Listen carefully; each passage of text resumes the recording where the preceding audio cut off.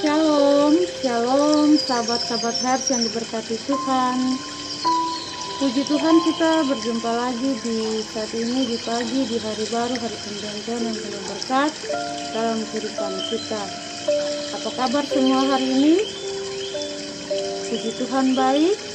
Ya, puji Tuhan untuk nafas kehidupan yang Tuhan masih percayakan dalam kehidupan kita sampai pada saat ini.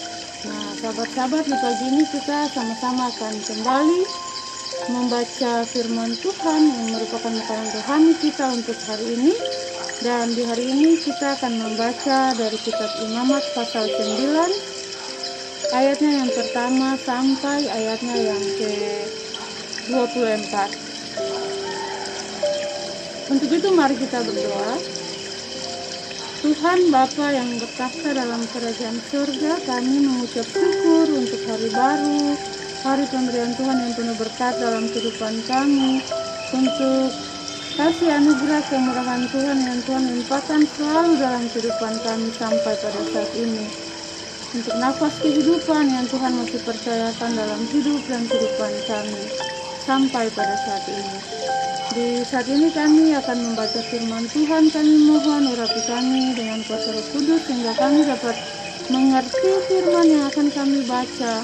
Kami percaya firman dan kami melakukan firman dalam kehidupan kami sehari-hari untuk puji dan hormat bagi nama Tuhan di tengah-tengah dunia ini. Dalam nama Yesus Kristus, firman yang hidup, Tuhan dan Juru Selamat kami berdoa kepada Bapa di surga. Haleluya. Amin. Imamat pasal 9 ayatnya yang pertama sampai ayatnya yang ke-24 yang berbunyi demikian. Para imam menerima jabatannya.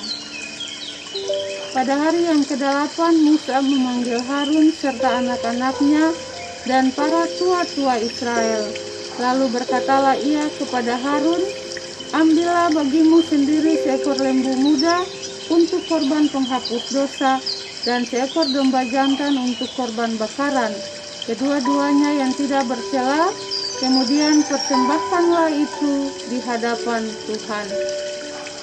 Dan kepada orang Israel haruslah engkau berkata begini, ambillah seekor kambing jantan untuk korban penghapus dosa dan seekor anak lembu dan seekor domba, masing-masing berumur setahun dan yang tidak bercela untuk korban bakaran.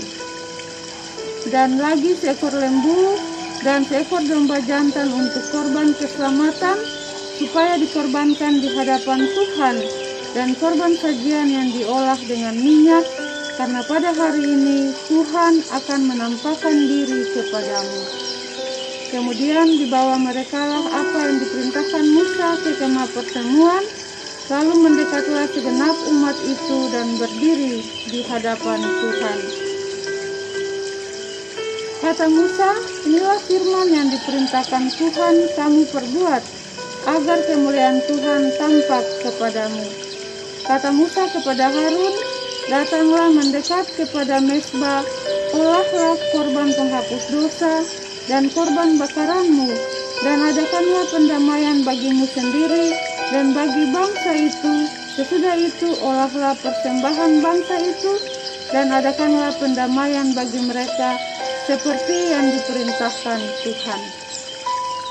Maka mendekatlah Harun kepada mezbah dan disembelihnyalah anak lembu yang akan menjadi korban penghapus dosa baginya sendiri. Anak-anak Harun menyampaikan darah lembu itu kepadanya, dan Harun mencelupkan jarinya ke dalam darah itu dan membubuhnya pada tanduk-tanduk mezbah. Darah selebihnya dituangkannya pada bagian bawah mezbah. Lemak, buah pinggang dan umbai hati dari korban penghapus dosa itu dibakarnya di atas mezbah seperti yang diperintahkan Tuhan kepada Musa. Tetapi daging dan kulitnya dibakarnya habis di luar perkemahan. Kemudian ia menyembelih korban bakaran, lalu anak-anak Harun menyerahkan darah korban itu kepadanya, maka Harun menyiramkannya pada mezbah sekelilingnya. juga diserahkan merekalah kepadanya korban bakaran itu menurut bagian-bagian tertentu beserta dengan kepalanya, lalu dibakarnya di atas mezbah. Isi perut dan betisnya dibasuhnya dan dibakarnya dengan korban bakaran di atas mezbah.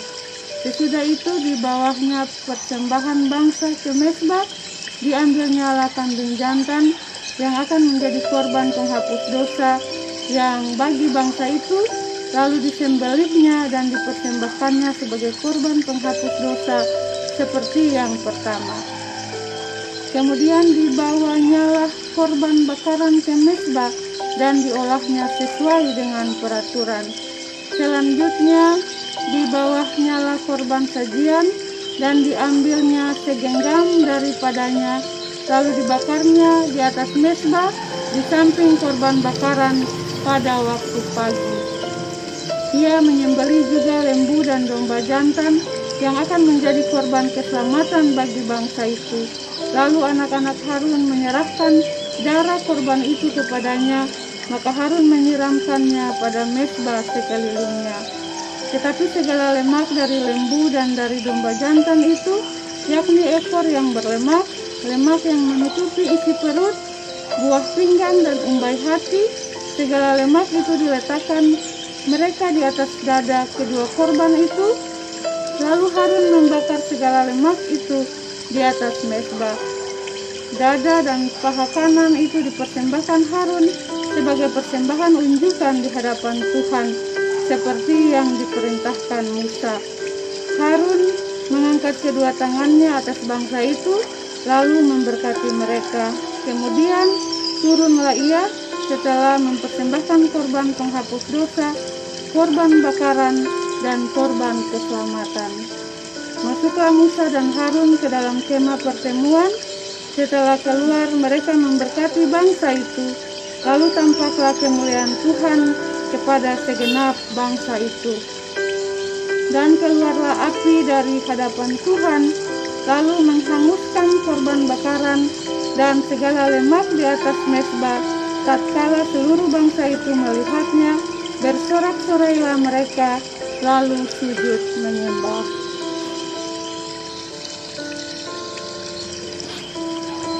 Demikianlah pasal pembacaan firman Tuhan di saat ini yang menjadi makanan rohani bagi kita untuk hari ini.